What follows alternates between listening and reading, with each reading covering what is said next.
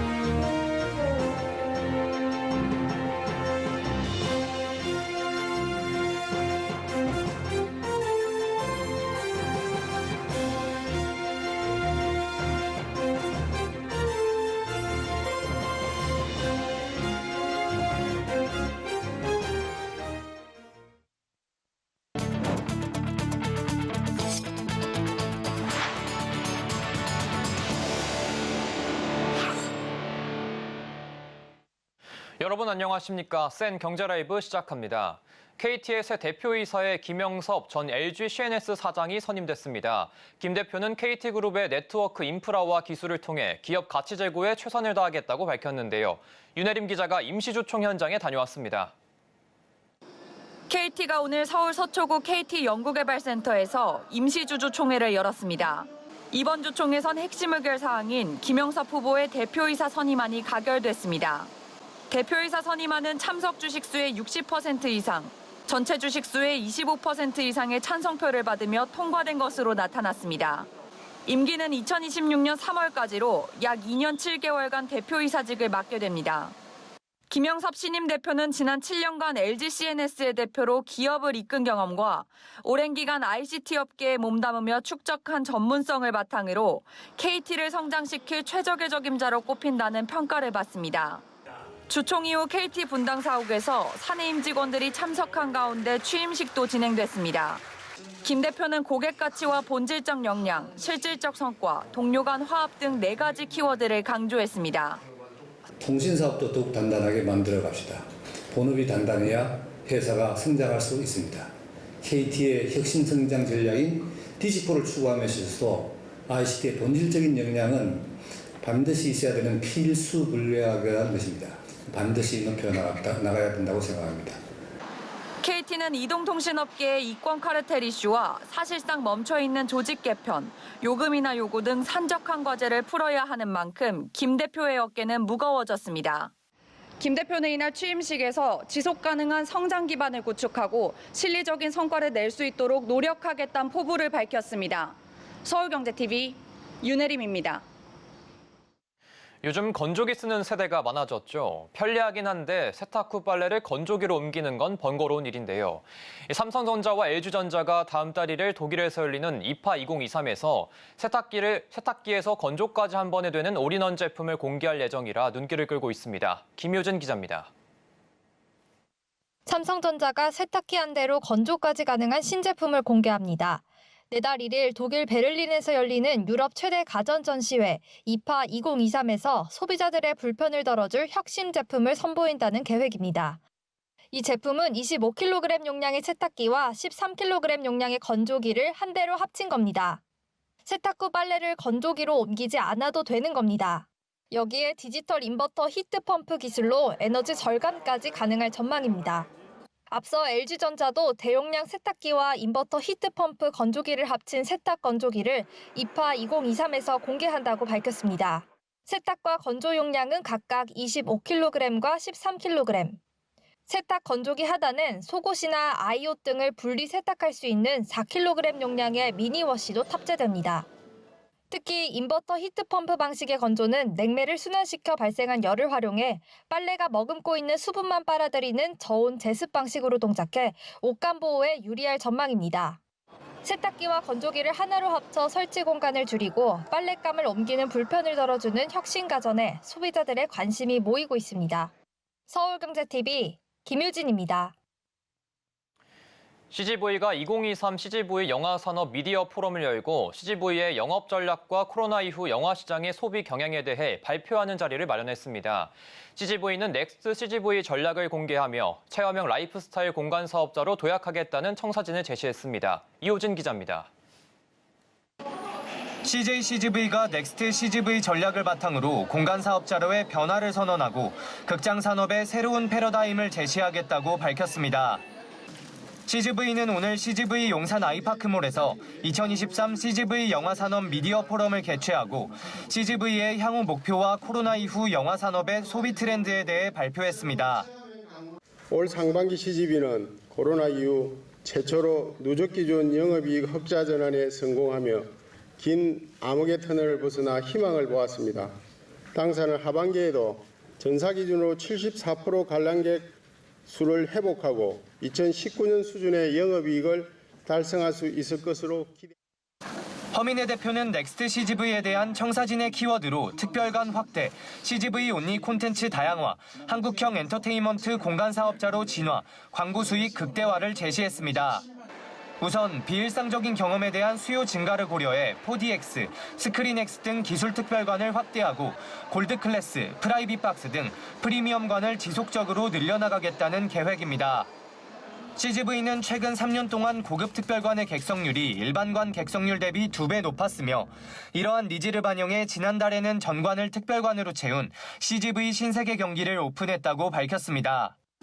또한 영화뿐 아니라 콘서트, 뮤지컬, 스포츠, 게임 중계와 같은 다양한 콘텐츠를 즐길 수 있는 아이스콘 상영을 늘리겠다고 설명했습니다. 까다로워지고 세분화된 관객들의 소비 행태를 고려해 흥행작에만 의존하는 것이 아니라 다양한 콘텐츠로 소비 저변을 확대하겠다는 보관입니다. 마지막으로 클라이밍짐, 골프 연습장 등 극장 공간을 활용한 엔터테인먼트 공간을 늘려나가는 한편 극장 스크린 광고 외에도 5개 광고, DX와 같은 스크린 외 광고를 증대하며 새로운 수익 모델을 창출하겠다는 포부를 내보였습니다. CGV는 올해 CGV의 스크린 광고 매출이 713억, 스크린 외 광고 매출이 720억으로 스크린 외 광고 매출이 스크린 광고 매출을 넘어설 것으로 기대하고 있습니다. 서울경제TV 이호진입니다. 지난달 낙농진흥회가 원유값을 9% 가까이 올리기로 결정함에 따라 1리터당 우유값 3,000원 시대가 예고됐는데요. 업계 1위인 서울우유가 3,000원을 넘지 않는 인상폭을 결정했습니다. 정부가 가격 인상 자제를 요청하고 있어 서울우유의 인상폭은 사실상 업계의 가이드라인으로 작용할 것으로 보입니다. 서지은 기자입니다.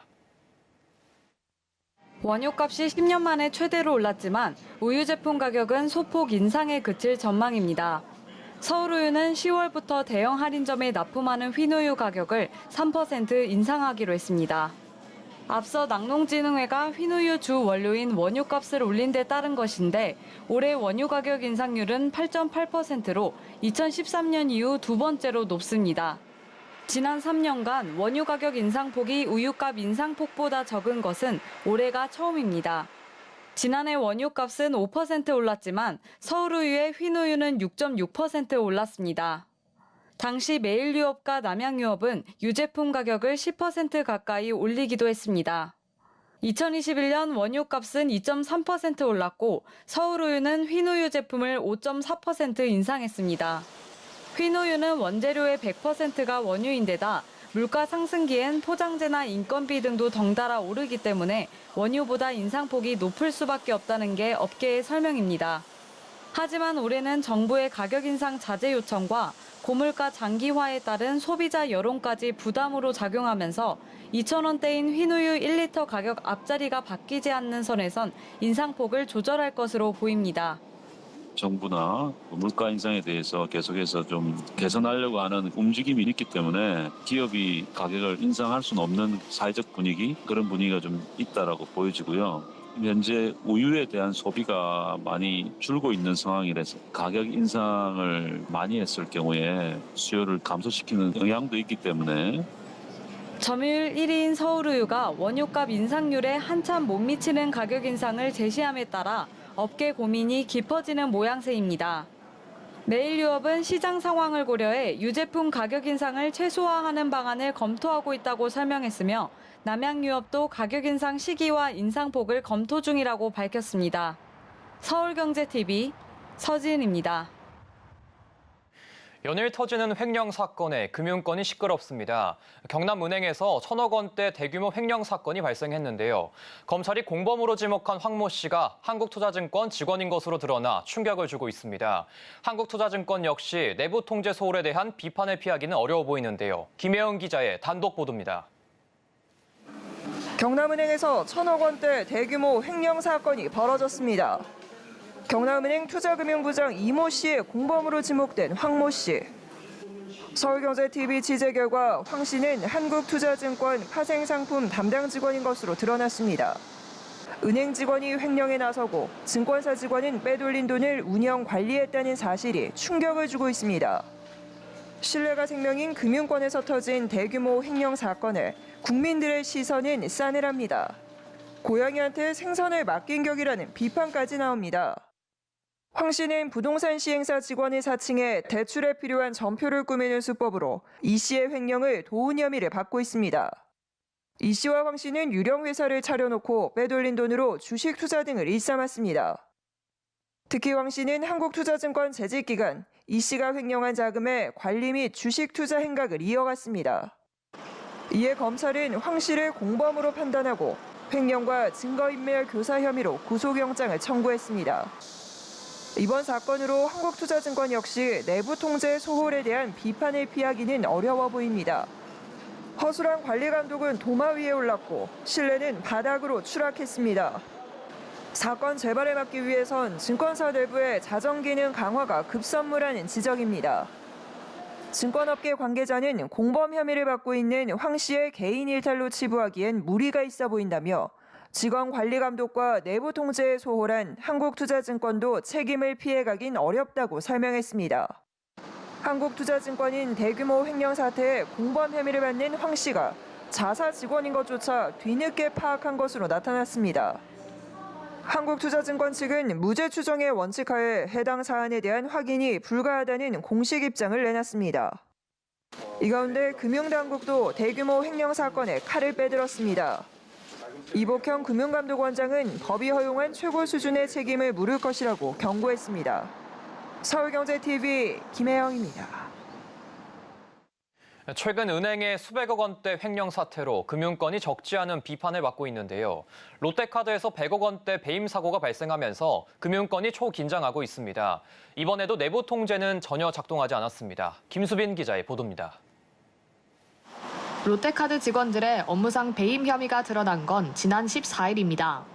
금융감독원이 현장 검사를 실시했는데 이 과정에서 직원 2명이 협력업체 대표와 공모해 배임한 사실을 찾아냈고 바로 검찰에 고발했습니다. 조사 결과 롯데카드 마케팅 담당 직원들은 협력업체와 짜고 105억 원을 빼돌렸습니다. 이 중 66억 원을 페이퍼 컴퍼니와 가족 회사를 통해 빼돌린 뒤 부동산 개발 투자, 자동차 상품권 구매 등에 쓴 것으로 드러났습니다. 이렇게 쉽게 배임 횡령을 하는 동안 내부 통제는 전혀 작동하지 않았습니다. 문제 직원들은 제휴계약 명분을 이용했는데 해당 업체를 협력업체로 직접 선정했습니다. 입찰 담당 부서가 있는데도 필수 절차도 생략했습니다. 또 실적 확인 수단이 없는데 비용을 선지급하는 계약까지 맺었습니다. 업계에서는 전무후무한 사례라고 보고 있습니다. 보통 계약과 지급이 분리돼 있는 구조여서 거액의 자금이 나가는 부서에서 결제 승인이 나기가 힘들다는 겁니다. 내부 통제가 작동하지 않았다는 걸 엿볼 수 있는 대목입니다. 이번 사태는 카드업계 전체로 시선이 향하는 중입니다. 외부 제휴는 마케팅이나 영업부서가 직접 관리하는 경우가 많기 때문입니다. 일부 카드사는 영업력 강화를 위해 영업부서의 전결권이나 회사를 선정할 수 있는 권한을 주는 곳이 적지 않다는 전언입니다. 이 때문에 외부 제휴나 협력사가 많은 카드사들은 비슷한 사례가 나올까 노심초사하고 있습니다.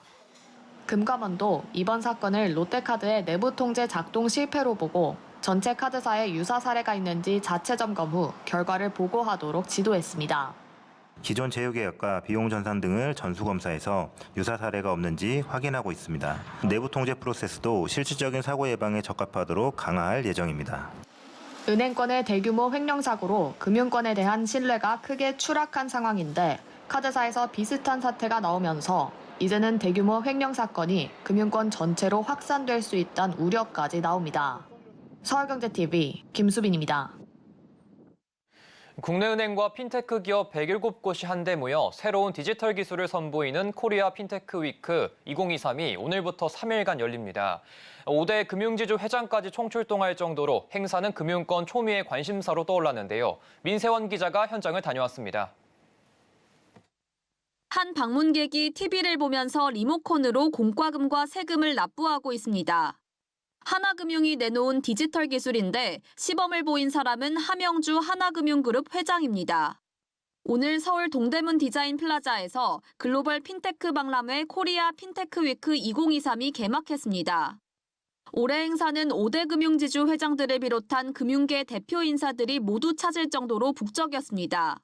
5회차를 맞은 이번 행사는 총 82개의 전시 부스, 12개의 전문 분야별 세미나 등으로 구성돼 역대 최대 규모로 열렸습니다. 이번 행사는 금융권의 빠른 디지털 전환을 볼 수 있을 정도로 다양한 혁신 금융 서비스가 대거 자리했습니다. 디지털 전환이라는 거대한 흐름에 핀테크 산업의 지속적인 성장을 견인할 것이라는 금융산업의 미래를 책임질 과감한 아이디어가 탄생하고 성장하는 역사적인 장이 되길 바랍니다. 특히 당국이 금융권 생체 인증 도입을 적극 추진하고 있는 가운데 신한은행과 네이버페이의 안면인식 인증 기술이 관람객의 눈길을 끌었습니다. 제가 있는 이곳에서는 신분증이나 카드 없이 안면인식만으로 다양한 은행 업무를 처리할 수 있습니다. 스마트 키오스크에선 얼굴 인증만으로 입출금 통장, 체크카드, 신규 재발급 등의 업무를 간편하게 진행할 수 있었습니다. KB국민은행은 가상인간이 고객을 응대하는 AI 금융비서, 하나은행은 TV 화면에서 납부 번호를 입력하고 간편하게 공과금을 낼 수 있는 서비스를 전시했습니다. 핀테크 기업들은 이상거래 탐지 보안 시스템, 카드 분할 결제, AI 활용 대출 추천 서비스 등 다양한 신기술을 내보였습니다. 금융지주 회장까지 관심을 보인 이번 행사에선 미래 금융기술뿐만 아니라 빨라진 간편결제, 송금 인슈어테크 등 전 금융 영역에 걸친 디지털 흐름을 엿볼 수 있을 것으로 보입니다. 서울경제TV 민세원입니다. 현대자동차가 도장 공정에서 에너지 소비를 줄여 탄소 배출 저감 효과를 높이는 저온 경화 기술을 개발했습니다. 현대차는 기존 140도에서 20분 동안 이루어지던 상도 경화 공정을 90도에서 20분 동안 진행하면서도 동일한 도장 품질을 유지하는 도료 기술을 개발했습니다.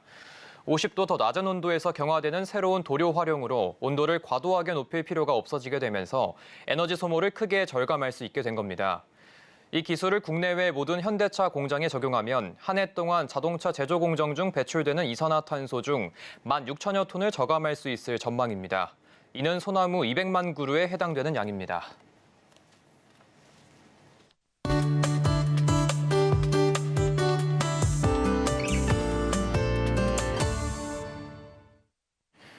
올 여름이 시작된 후 6월과 7월 전지구 평균 기온이 최고 기록을 경신할 만큼 이 폭염이 북반구를 강타했는데요.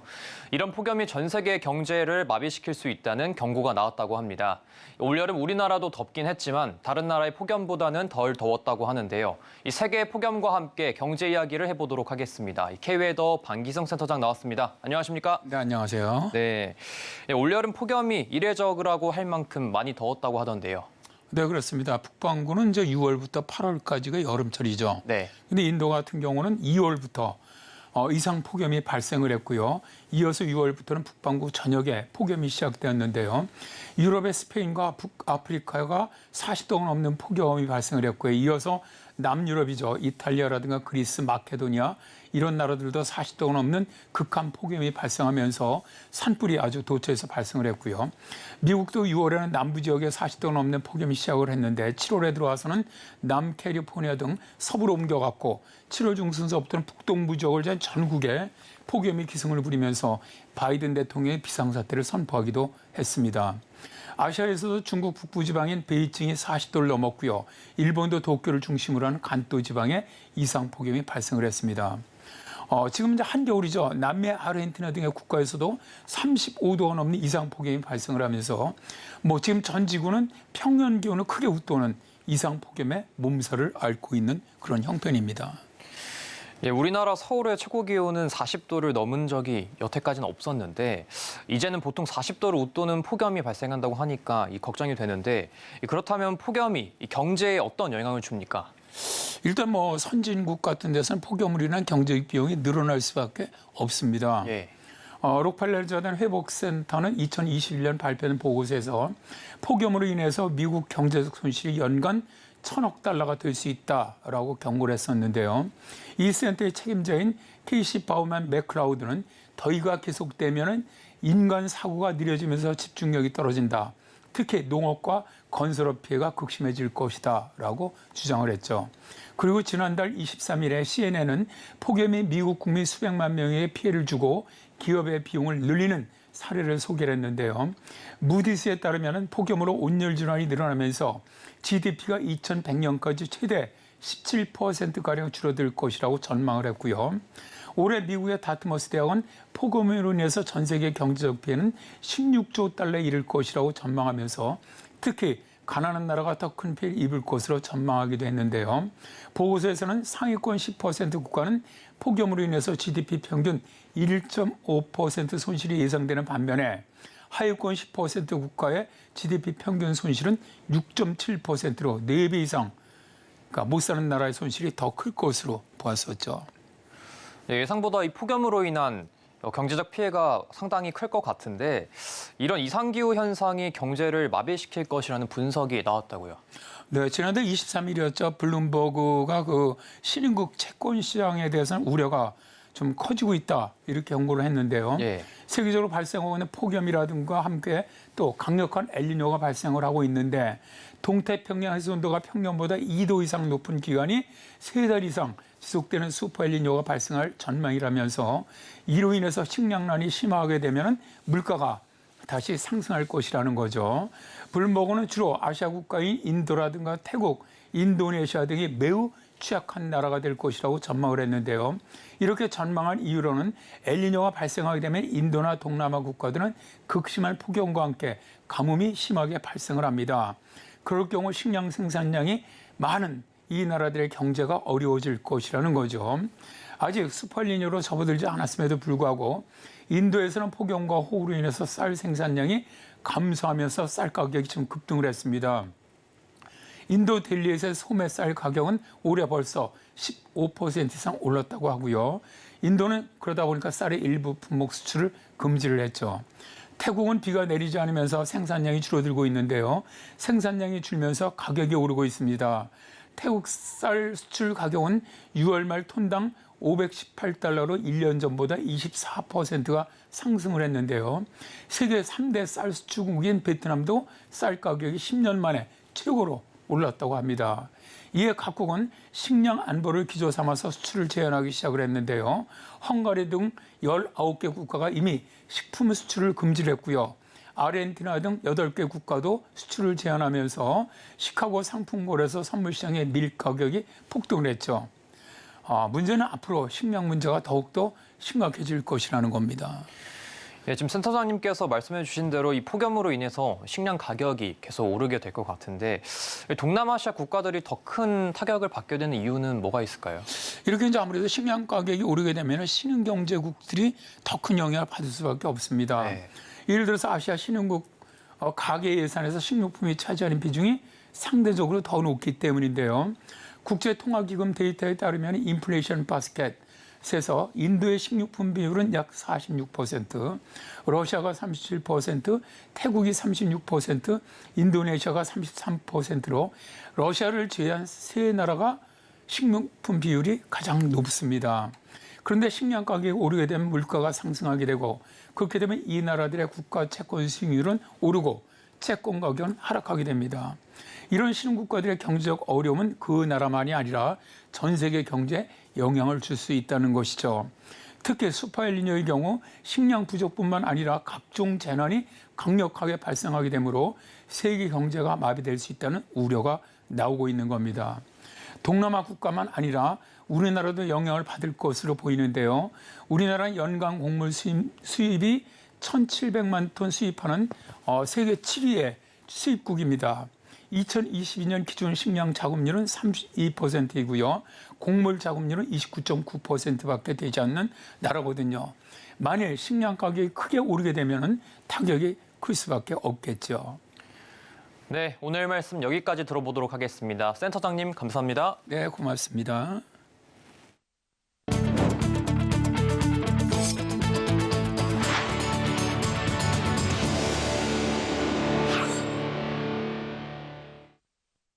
이상으로 센 경제 라이브 마칩니다. 함께해 주신 여러분 고맙습니다.